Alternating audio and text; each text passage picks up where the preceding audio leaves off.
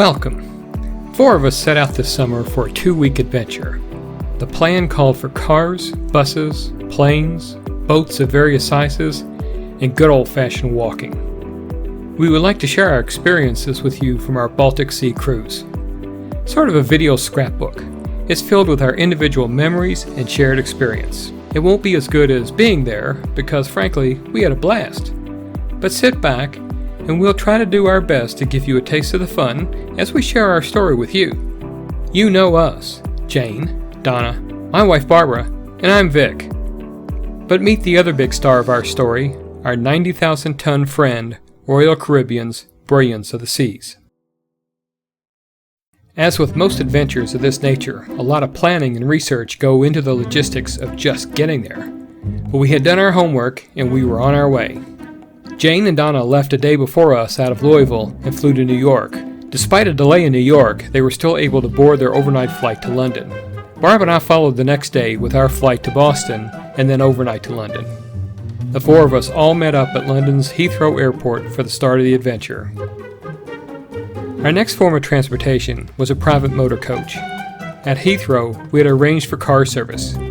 We were collected by our driver, Kevin, from Eddie Manning's transfer service.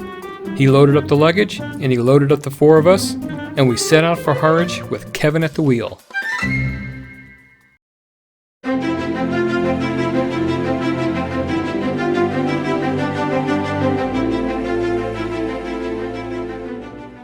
Harwich is a coastal town located in northeast Essex on the estuary of the Stour and Orwell rivers. It's a small town with access to the North Sea. The town, which means military settlement, was first chartered in 1238. Its past is one of military significance, and the redoubt, or defensive fort, is proof of that past. But today, it's a working-class town. There's no longer any active military presence. The town has always been known for its port, as the old phrase, Harwich to the continent, attests. Today's harbor is an active port with container ships, ferry boats, and cruise ships. In season, 2 large cruise ships call Harwich their home port, including the Brilliance of the Seas. Shaking off jet lag, we set out for a short walk into town from our hotel. Somehow, that short walk turned into a good 9.3-mile stretch of the legs. But at the midpoint of the walk, we took a good break to enjoy catching up on the latest news between the 4 of us, and we had a delicious, long, lazy lunch on the Halfpenny Pier in Old Harwich. The next morning, we boarded the Brilliance of the Seas for our cruise, complete with a pipe band send-off.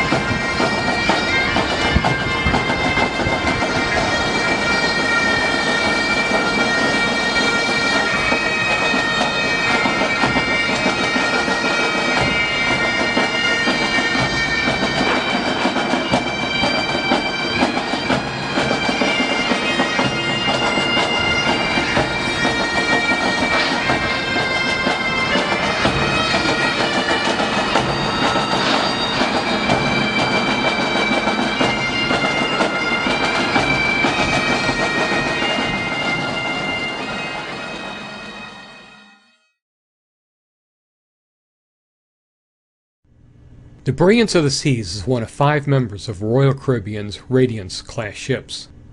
The Radiance-class is known for its extensive use of glass to allow in natural light and wonderful views of the world sailing by. Nowhere is this more noticeable than in the heart of the ship, the 9-story atrium, also known as Centrum. Literally, Centrum is the center of the ship, with elevators that overlook either the atrium or the glass sidewall of the ship. Just to highlight the height of the atrium, there are two fishermen at the top reeling in the day's catch. Unless you venture all the way up to deck 13, you'll miss them and always wonder why there are fish hanging around deck 9. Centrum is often filled with music from the various performers on board and is a hub of nighttime activities. Anchoring Centrum is our bar on deck 4, with guest services just opposite Centrum from the elevators. Venture up to deck 5 to find Latitudes for that daily jolt of caffeine, or just to head for the shops. Deck 6 is where you find Vintages, the wine bar.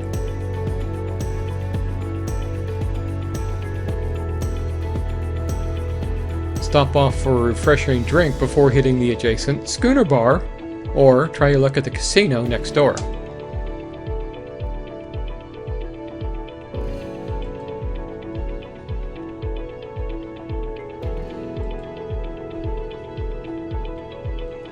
Also on decks 4, 5, and 6, the theater is located forward. You know you're on deck 6 if you spy the English pub and the cinema, which are tucked in near the theater. All the way aft on deck 6 is the Colony Club, behind the Schooner Bar and next to the chef's table. Got all that so far? There'll be a test on it later.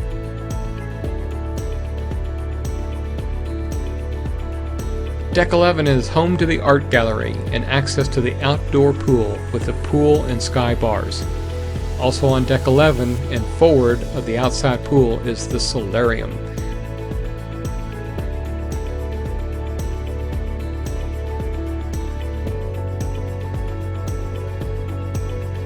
And forward of that, the spa and fitness center.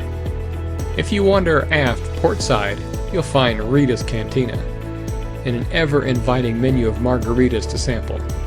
Much time can be lost in Rita's on a Friday night, so traveler beware.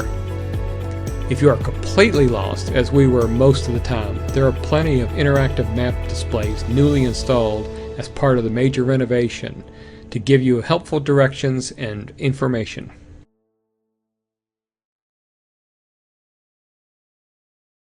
Originally a Viking fishing village founded in the 10th century, Copenhagen became the capital of Denmark in the beginning of the 15th century. The brilliance of the seas tied up to what is called Langelinie Pier on a bright and sunny morning.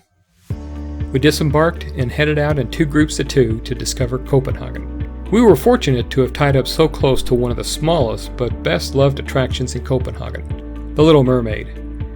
Being there early gave us a unique advantage of being the only ones there. Also in the park-like area around Langelinie is another not yet so famous granite statue of the Big Mermaid and several different monuments.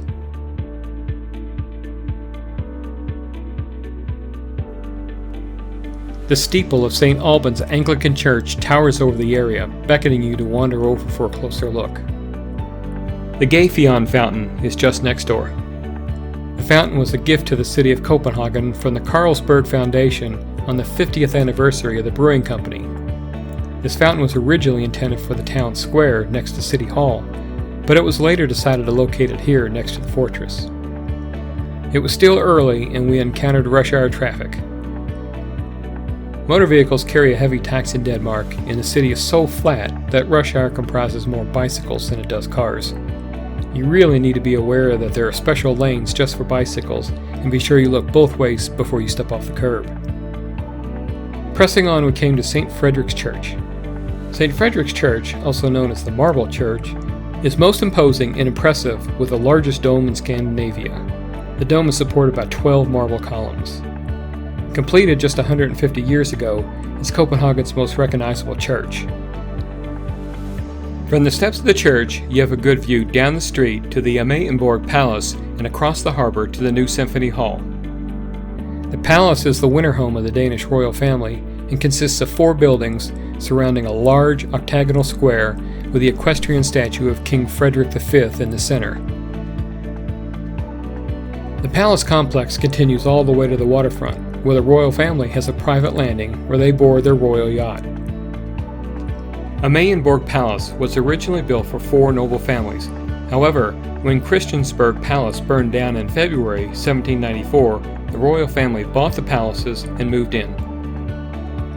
Over the years, various kings and their families have resided in the different palaces.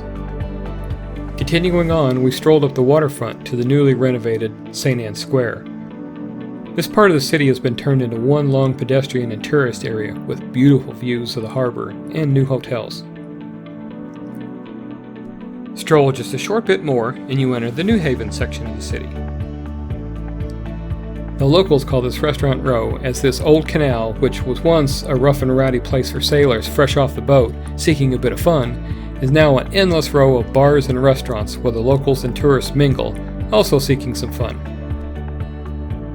Leaving the party central portion of Copenhagen, we crossed Kongens Nytorv, which means King's New Market, to the business portion of the city. Starting at the Christiansborg Palace, home of the Danish Parliament, we walked through the Gammelstad area. The Gammelstad, or Old Beach, was originally the city's harbor. It was also its birthplace and main market. Heading towards the town square and City Hall, we could see the dragon spire of the old Danish Stock Exchange. This part of the city has been converted into a pedestrian-only street, which has allowed for a people-filled shopping district with stores, restaurants, fountains, street performers, all of which make for a great opportunity for people watching. At the end of several blocks, we came to the town square and the impressive City Hall building.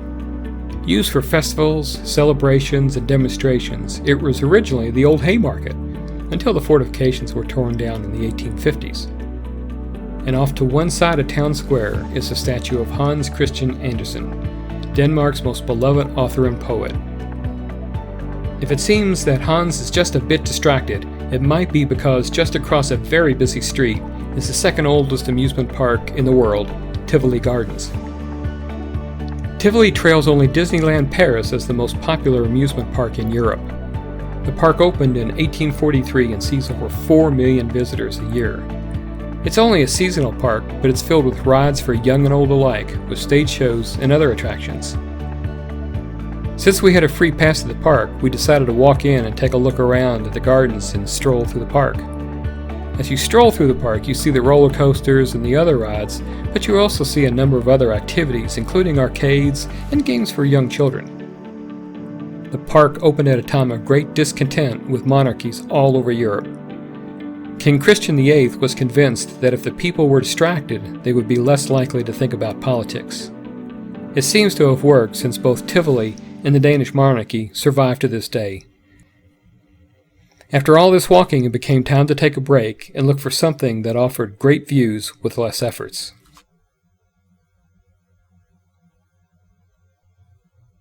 There are a lot of ways you can choose to see Copenhagen. Walking tours, bus tours, bicycle tours, by car, by helicopter. It was Donna's birthday that day and she decided she wanted to try the Segway tour. So Donna and Jane donned their riding helmets, saddled up, and went off on the adventure.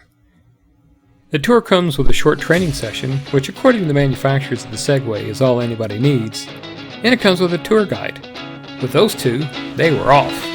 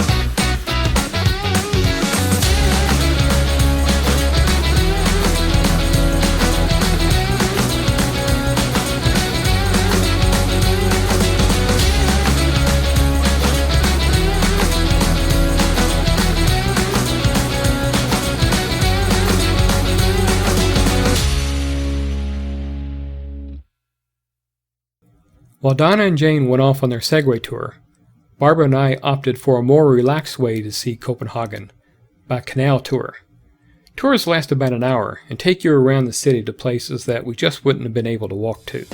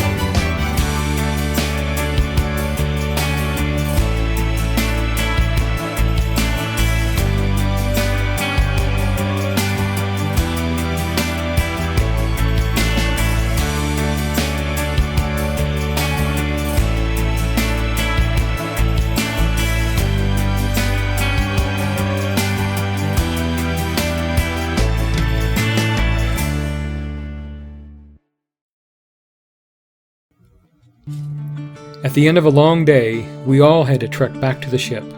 The tally for the day was a trip best 15.7 miles of walking. Due to a misadventure of taking the wrong bus, Barb and I had a longer, harder walk back to the boat than we had expected, making it back with only 10 minutes to spare. But Jane and Donna had just beat us back to the boat after their walk. The sail out was very nice, and we were a bit saddened to see Copenhagen slowly disappear in our wake.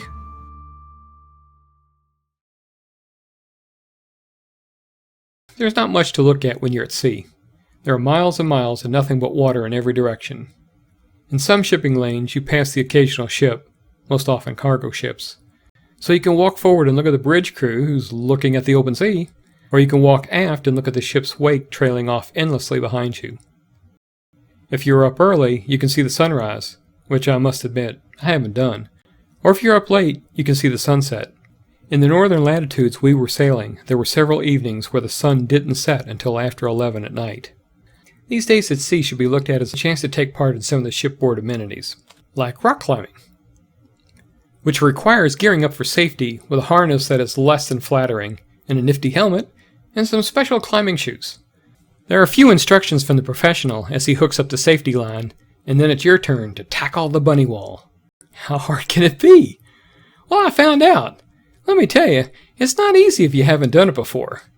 I made it up about halfway. Another activity is professional napping. This is not to be confused with doing nothing, as it takes great skill to nap like a pro. Or you can hit the miniature golf links. To do this while the ship is sailing into the wind can be challenging, but Barbara shows off how it's done, while I shank another putt. Golf is a cruel game sometimes. Professional napping, not hard enough for you?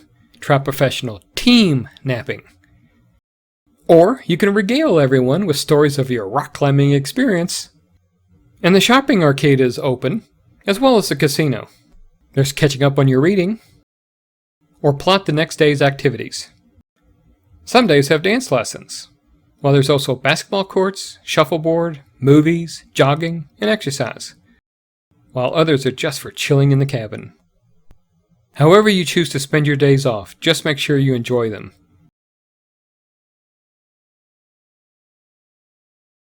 To reach Stockholm by sea, you need to navigate the Stockholm Archipelago, a collection of over 28,000 islands that guard the capital of Sweden. The archipelago has been forming since the end of the Great Ice Age. Compressed under the weight of the ice sheets for millennia, the land has been slowly rising up at the rate of 3 millimeters a year since the ice sheets retreated north. What's left is a spectacular land where life seems to move at a more leisurely pace. Depending upon where you are and where you need to be, a ferry boat is most likely in your travel plans if you live in this part of the country. We entered the archipelago at sunrise, 4 a.m., and after a 5-hour transit, we docked in Stockholm. Once you hit the pier in Stockholm, the easiest way to get around the harbor is by tour boat. Stockholm sits on a series of islands in the archipelago with the ocean on one side and a large freshwater lake on the other. The city consists of 14 islands. The Swedish king's old hunting island is now the Garden Island in a national park. Given the maritime history of Sweden, it's not surprising that this island is home to both a maritime museum and a museum dedicated to one of its most forgettable flops, the 17th century warship Vasa. Built at a time of Swedish naval power, the Vasa was to be the biggest, baddest warship on the Baltic. Built with extra cannons and decorated with hundreds of carved statues, the Vasa sailed out on its maiden voyage complete with dignitaries and their family members. Minutes later, and only 1,300 meters into the harbor, the ship's sails caught a breeze and the top-heavy ship leaned over, placing the open lower gun ports underwater. The result was the ship rapidly took on water and sank with the loss of many of the crew and dignitaries. The Vasa sat submerged on the bottom of the harbor for 330 years before it was raised, preserved, and placed on display in its own museum. The Vasa is the best preserved 17th century warship in the world. Besides the ship itself, the museum has several other interesting displays. None quite so chilling as the remains of a number of the people who perished on that fateful trip. Thanks to modern science, they have reconstructed what some of the crew members would have looked like. To say they are lifelike is an understatement. Most of the ship was still there on the bottom of the harbor. What had disappeared due to the ravages of time were faithfully recreated. Paint chips still present on the original wood allowed artisans to recreate some of what the carvings would have looked like on the day of sailing. These glimpses of what the Vasa looked like only spurred the imagination on how splendid the real thing must have been.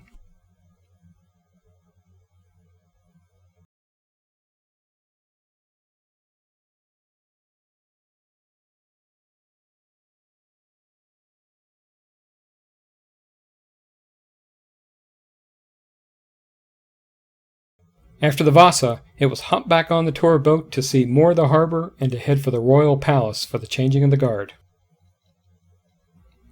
The Royal Palace, located in Gamlestan, which is Swedish for Old Town, is the official residence of the King and Queen, but they actually live in another palace. The first buildings on the site date back to the 13th century, but it's been partially destroyed in wars and from fires over time.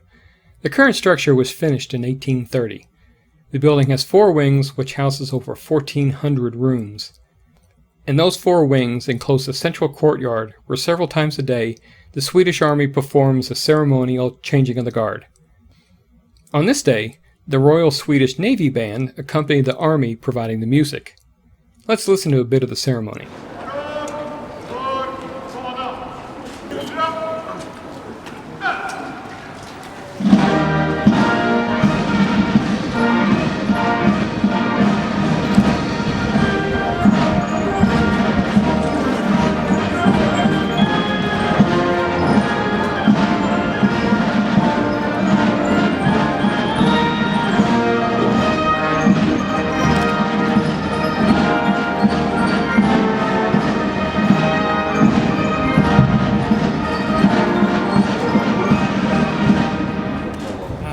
Gotta love a good marching band, and they were. Whoa, look at the time. We still got a lot of Old Town to see before we catch our boat back to the ship.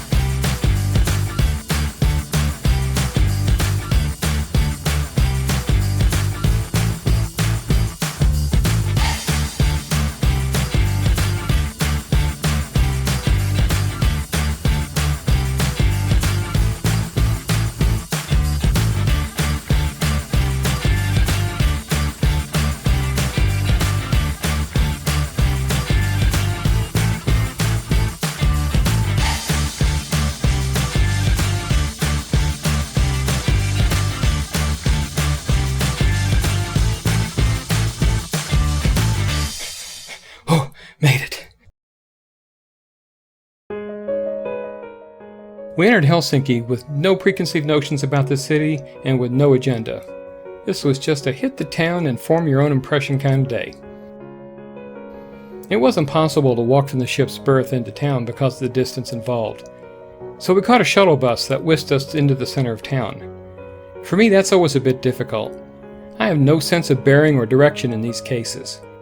But while I snapped the pictures, we relied on old Everlost, aka Barbara, to navigate the city streets for us. European cities have a charm and a feel that you just don't find in American cities. Stores are filled with an eclectic array of merchandise, and except for the really commercial parts of the city, there aren't many overhead signs.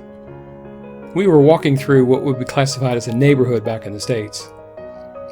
Beautiful old buildings with a lot of charm. These were built years ago as flats for families to live in, and they've stayed that way. They're not modern-day recreations. There are a few American cities that have this type of charm. But you can hear the sounds of the city, including traffic and the voices of those who live there, but there's little in the way of blaring horns, loud music, or sirens. Our first stop was the Church of the Rock. This Lutheran church is just as the name suggests. It was built within a huge piece of solid granite. The rock walls still bear the witness marks of the drills used during construction to blast out the middle of the rock. The roof was a copper dome on the outside and a spiral copper wire structure on the inside. If the copper wire sculpture on the inside were stretched out straight, it would stretch 15 miles. The way the roof was designed, it allowed all the natural light to flood in around the edges of the roof. The dome itself is suspended.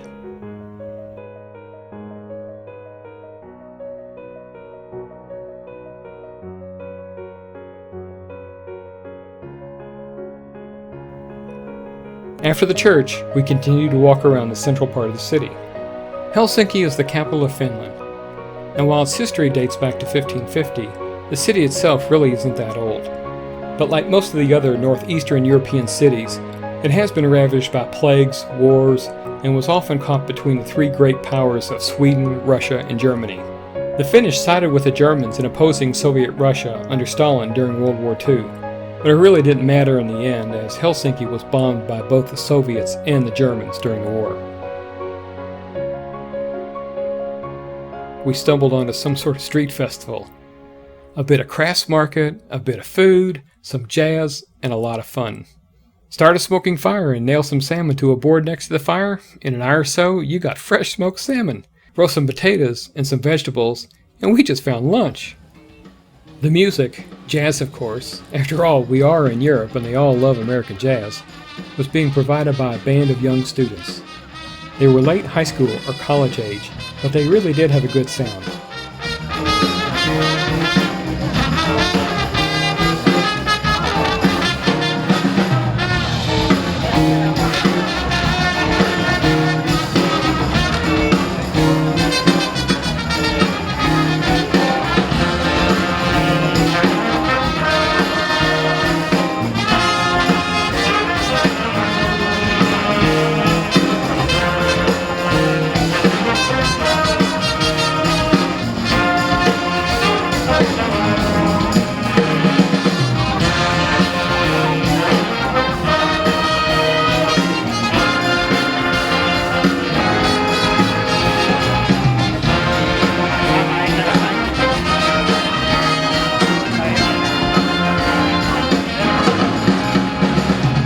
Moving on, we walked down to the waterfront to an open-air market.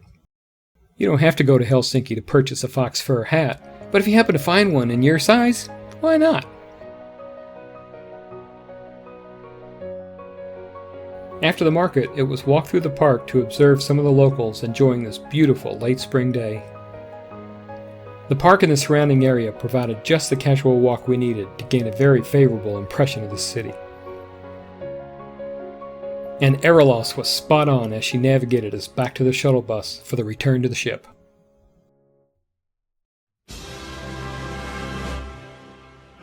Privyet, which in Russian means hello. That means we must be in St. Petersburg. Our first look at St. Petersburg was from our cabin's balcony. The city has taken a leap forward in their tourism industry with a nice new building to greet arriving cruise ship passengers for customs and immigration purposes. St. Petersburg was remarkable. The first part of the tour was a quick driving tour with stops along the waterfront. The twin red rostral columns were built in 1805 as lighthouses and represent the four great rivers of Russia. They're not in general use today, but they are lit on special occasions. St. Petersburg has two Egyptian Sphinx statues purchased by the Russians in 1805. They are 3,500 years old, and at that age, I bet they hate the Russian winters. St. Petersburg was founded by Tsar Peter the Great in 1705. He made it his imperial capital 10 years later. Our next tour stop was actually a canal tour of the city. This provided a unique look at the grand palaces and buildings built to support the government. The city is actually made up of several islands created by the Neva River, and even further subdivided by the canals that were built. So to keep everything connected, there are a lot of bridges. Big ones, small ones, long ones, short ones, tall ones, and low ones. Every night in St. Petersburg, the main bridges are raised to allow big ships to navigate in and out of the city's harbor. The major islands are literally cut off to all vehicle traffic except boats until the start of morning rush hour. They say that Russian men have been using that excuse for years with their wives for staying out all night.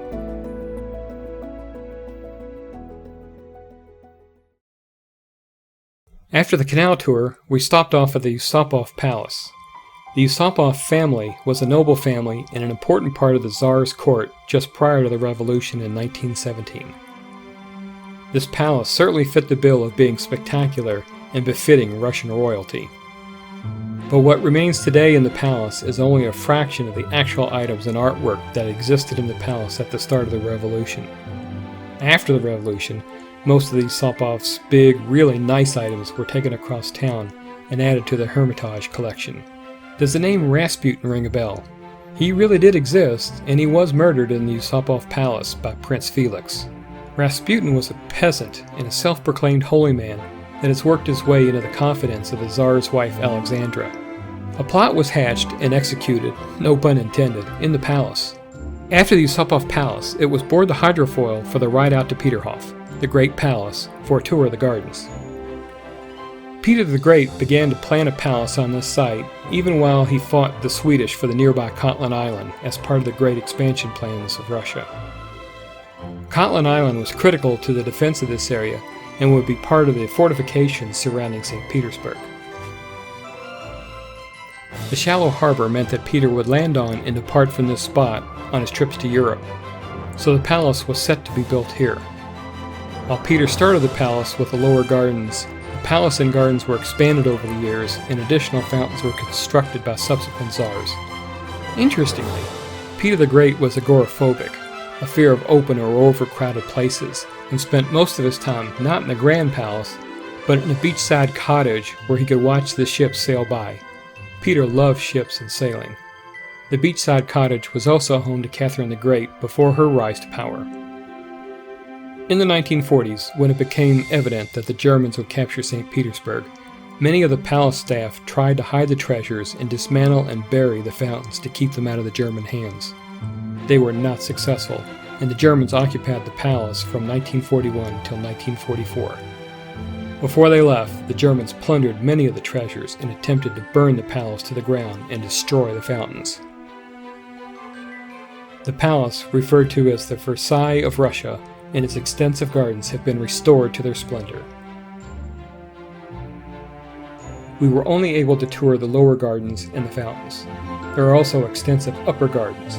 After viewing this small shack, it was back on the bus to head for the Tsar's village in nearby Pushkin, 15 miles from the center of St. Petersburg. This is the site of Catherine's Palace, sometimes also called the Summer Palace. The original land was a gift from Peter the Great to his wife Catherine I. She began the construction of the royal residence, but it was completed by her daughter, Empress Elizabeth. Catherine the Great, also known as Catherine II, expanded this palace and even constructed a second one, the Alexander Palace, on the estate. What is difficult to convey in pictures is not only the splendor of this palace and of Peterhof, but the size of the buildings and the extensive gardens that still survive. It's important to remember that when the Tsar or Tsarina would travel to these palaces for the season, that meant that almost the entire government would move with them. These palaces are enormous complexes, and there was a town built around this palace for the nobles and for the court. With the table set for a typical party, the opulence is on display. Yes, those are gold wrap apples. You really do eat the gold leaf. To offset the cold Russian winters, there are large Delft tile ceramic heaters spaced about in these rooms. This room is decorated with a mosaic of oil paintings. During the war, this palace was bombed by the Germans and was heavily damaged. After the war, restoration began and still continues to today. There are many parts of the palace, including Peter's Palace, that have not been restored and opened to the public. Unfortunately, to stay on schedule, we needed to keep moving. There's so much to see and so little time to see it. You find yourself wanting to stop and take everything in a single room. But it had been a busy day. We finished day one of our tour of Catherine's Palace with a stroll through the gardens. The cool, damp morning had given way to a warm, humid afternoon, and we were happy to be heading back to the ship to rest up for the evening's activities. The next morning was bright, cool, and breezy. The golden baroque spires of the dome of St. Nicholas Cathedral, known locally as the Sailors' Cathedral, rise among the bland residential and commercial buildings in the area. It's home to a number of revered 18th century icons and shrines to sunken Russian submarines and their crews. Its beautiful bell tower overlooks the Kryukov Canal. After a short ride on our motorcoach, we arrived at the Hermitage.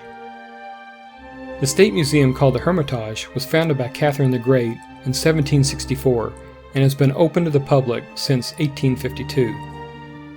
The museum is one of the oldest and largest in the world and boasts over 3 million items in its collection. Even though the Hermitage is housed in 6 buildings, only a fraction of the collection can be on display at any one time. One of these 6 buildings was the Tsar's Winter Palace. The Tsars used this palace as their winter residence from 1732 until 1917. In October 1917, the signal for the start of the revolution was a blank shot fired from the cruiser Aurora, which had its guns trained on the Winter Palace. The museum has a variety of items on display from Russia, but more so from everywhere in the world. It houses the world's largest collection of paintings, including 2 of only 19 Da Vinci paintings known to exist. One of the most famous exhibits in the Hermitage is that of the peacock clock. The clock, actually an automaton with a clock mechanism attached, has an animated peacock, owl, and cockerel. There's a small mushroom in the front where you actually read the time. The peacock raises its feathers, spreads its tail, and crows, while the other figures spin and the chimes play tune. The museum is especially strong in Italian Renaissance and French Impressionist paintings, as well as possessing outstanding collections of works by Rembrandt, Picasso, and Matisse. The origins of the Hermitage can be traced back to the private art collection of Peter the Great, who purchased numerous works during his travels abroad and later hung them in his residence. Catherine the Great expanded the collection considerably, and she and her successors built the Hermitage collection in large part with purchases of the private collections of the Western European aristocracy and monarchies. By the time Nicholas II ascended the throne in 1894, he was heir to the greatest collection of art in Europe. After the Revolution of 1917, the museum's collection was further augmented by the addition of modern works of arts seized from private collections. Today, the Hermitage has embarked on a major renovation effort. Its collection is in the process of being reorganized, and many of the works have for the first time become available for traveling exhibits outside the country. It was a shame we had only a limited amount of time. There was so much to see. Like the other great museums we have visited, you could spend a lifetime in any one of them and not see it all.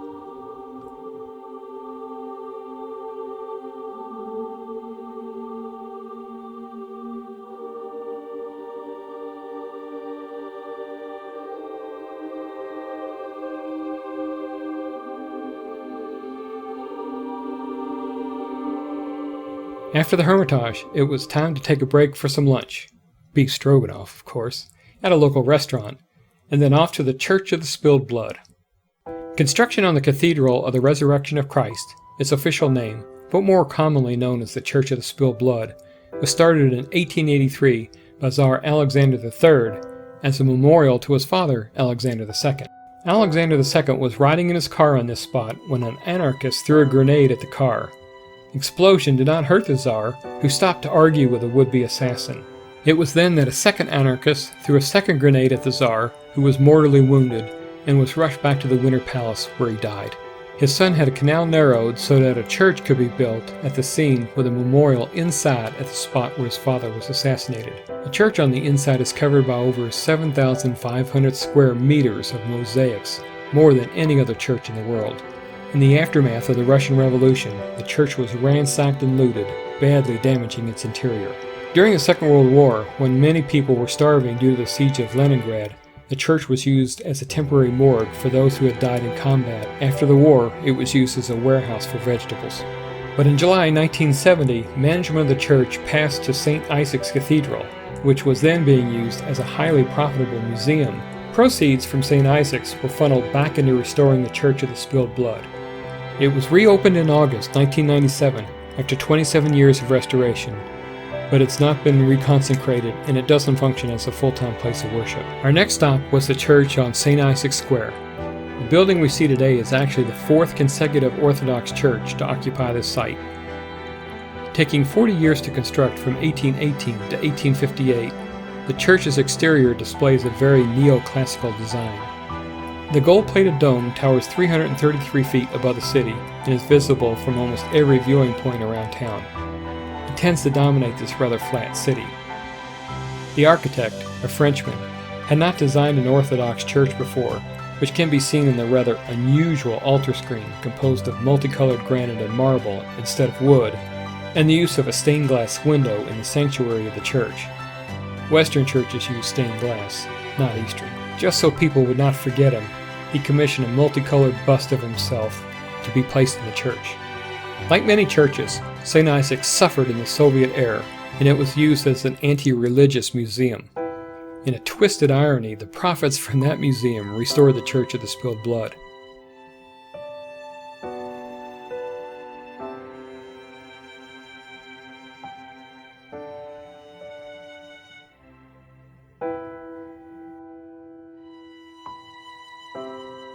These impressive bas-relief cast bronze doors weigh 10 tons each and can only be moved by means of a built-in gearing system. From St. Isaac's Church, it was back on the bus and off to Peter and Paul Fortress. The fort was commissioned by Peter the Great in 1706 during the height of the Great Northern War, which pitted Imperial Russia under the Tsar against the Swedish Empire. The Tsar's forces had captured all the land around the delta of the river Neva from the Swedes and founded the city. Fearing a counterattack, Peter commissioned the fortress as the main defense of the city. There was never a counterattack, and the fortress never got to fulfill its martial purpose. Instead, over time, it has served as the city's garrison and as a prison for important political prisoners. Cannons from the fortress fired on the Winter Palace during the Revolution, striking it twice, but doing little damage. Later uses of the fortress include the St. Petersburg Mint, which is still in use today, and the final resting place of the Tsars and their extended Romanov families. This latter use is housed in the Peter and Paul Cathedral, which we visited. Almost all the remains of the Tsars and Tsarinas are interred here from Peter the Great to Nicholas II, including Catherine the Great. The remains of Nicholas II and his wife and children were finally laid to rest in July 1998, having been identified long after their murder and burial in the early Revolution. The bell tower with a sharp-pointed spire is the dominant feature of the cathedral and is a noticeable landmark of the city. Nearing the end of our visit to this remarkable city, we had one additional quick stop, just a short hop-off at the cruiser Aurora for a picture and back on the bus to beat the rain. On a personal note, St. Petersburg was the birthplace of my mother. She was born of Polish parents, so she was Polish and not Russian. This was brought home when we stopped the second day for lunch. Our tour guide mentioned that the island we were on used to house pharmacies, apparently the area of the city for medicine and doctors. and I remember my mother telling about her father who owned a pharmacy in St. Petersburg. Maybe this was their neighborhood. Tallinn is the capital and largest city in Estonia, and human occupation of this site dates back over 5,000 years. We were visiting the old town of Tallinn. The old town dates back to medieval times with a fortification on top of a limestone hill and the city down below.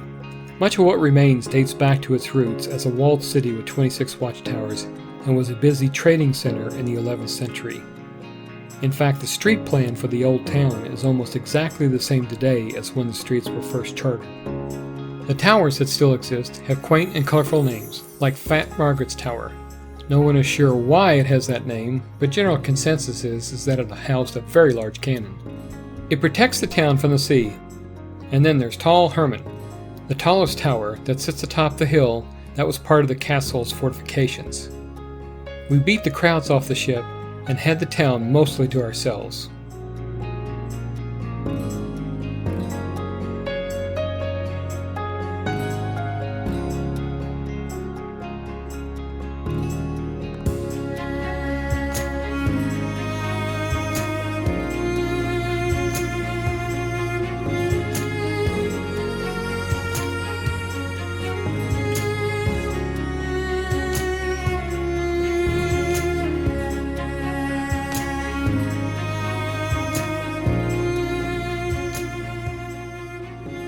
The history of Tallinn is like being a ping pong ball for Northern and Eastern European countries and movements. It's been conquered, converted, traded, bought, and sold too many times to tell.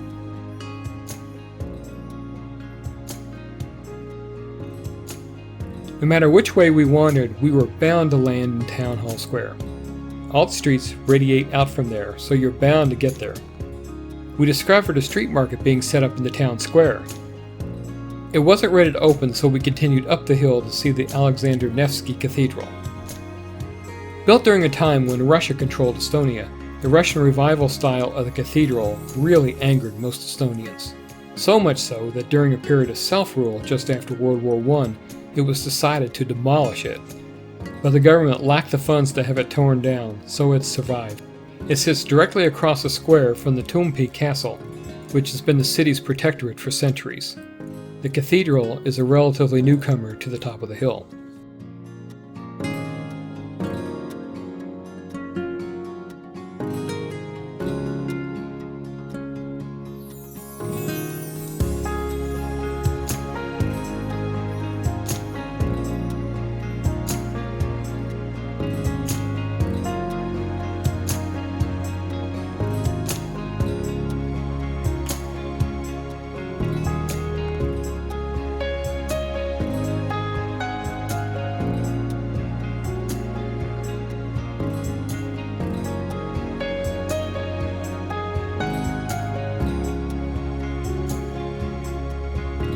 Time to get in a little shopping, do a little haggling, and have a lot of fun.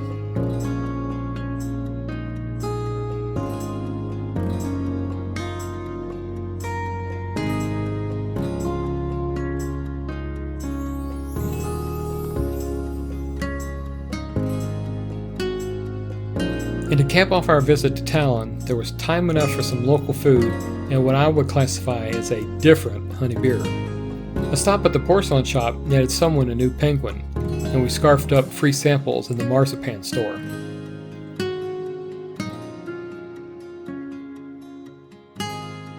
Our bright and sunny day had turned gray, and we made it back to the ship just as the rains moved into the city.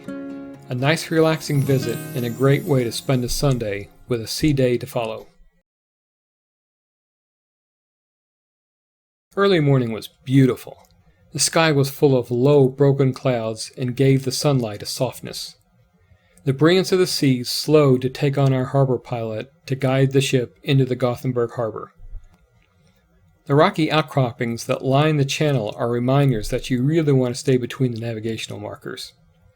But we had confidence in our ship's crew, and that confidence was rewarded with a display of how to parallel park a 960-foot-long, 90,000-ton ship. The captain had to spin the ship 180 degrees and move sideways to get us to the berth. Oh, And did I say that there was another ship less than 50 feet off our stern to snug up to? After a sea day where we did absolutely nothing, we were well rested and up to the challenge at Gothenburg. If only we knew what that challenge would be. With us safely snugged up to the pier, Barb and I set out to see a town neither of us had done any research on.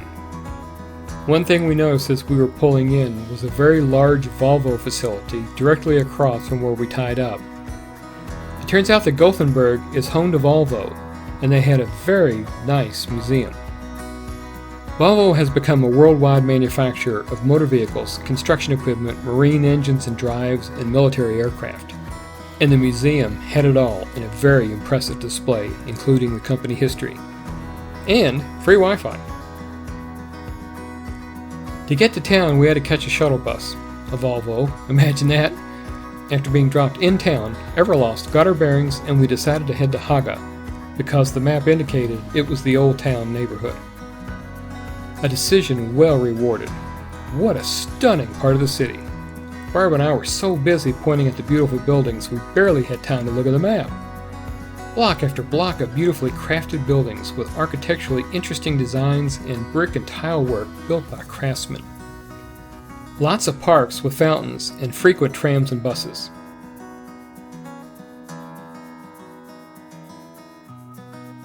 In the center of Haga is a small shopping district. We had resisted as long as we could, but I'm sorry to say we broke down. The chocolate shop got us, and we did not escape empty-handed. We did a little antiquing, a little window shopping, and stopped for lunch with the locals.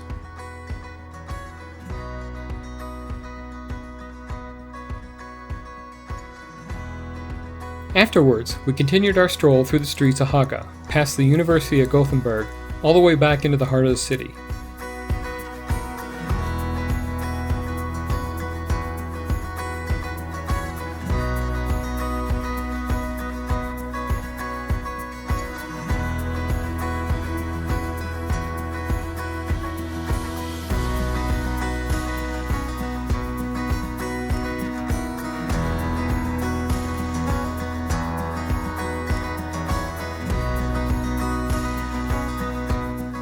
Not wanting to get too far away from our shuttle bus stop, we headed down to the waterfront for a visit. Gothenburg is the second largest city in Sweden and has the largest port facility of all the Nordic countries. In its history, Gothenburg had constructed a series of canals to facilitate the movement of goods through the port, so the water in the waterfront is the soul of the city. We came by sea and we would leave by sea, but not here. It was time to get back to the shuttle bus rendezvous point for the ride back to the ship.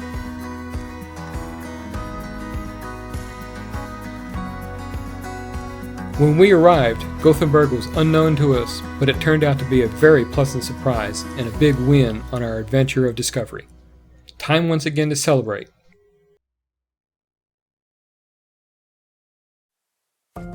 Gothenburg was our last port of call before our return to Harwich. It signaled that our adventure was drawing to a close and soon we would all have to return to our day jobs.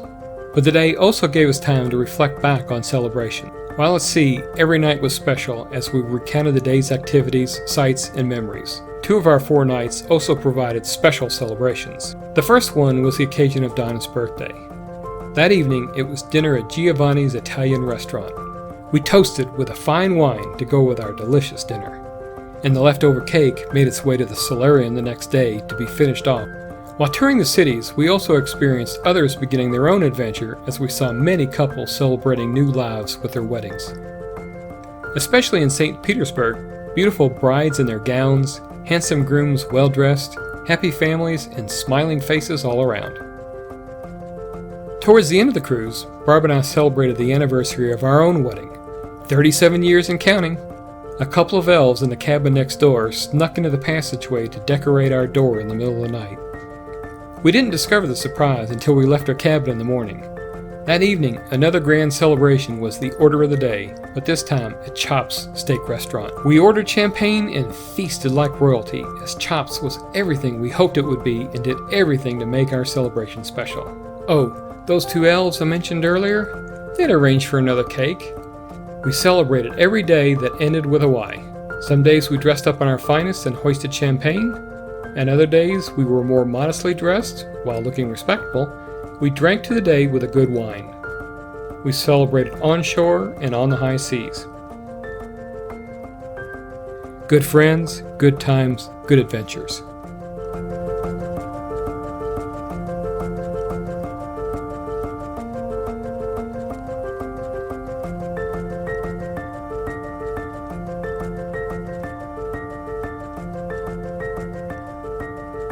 We made it back to Harwich, where our logistics picked back up. Eddie Mannings picked us up at the pier in Harwich and whisked us off to Heathrow, where we departed England back to our respective hometowns. Our bodies made it back safe and sound, but our hearts and minds are still out there somewhere, living the adventure. Well, that's our story. Our memories of our shared experiences. Thanks for letting us bend your ear. We hope you enjoyed our scrapbook.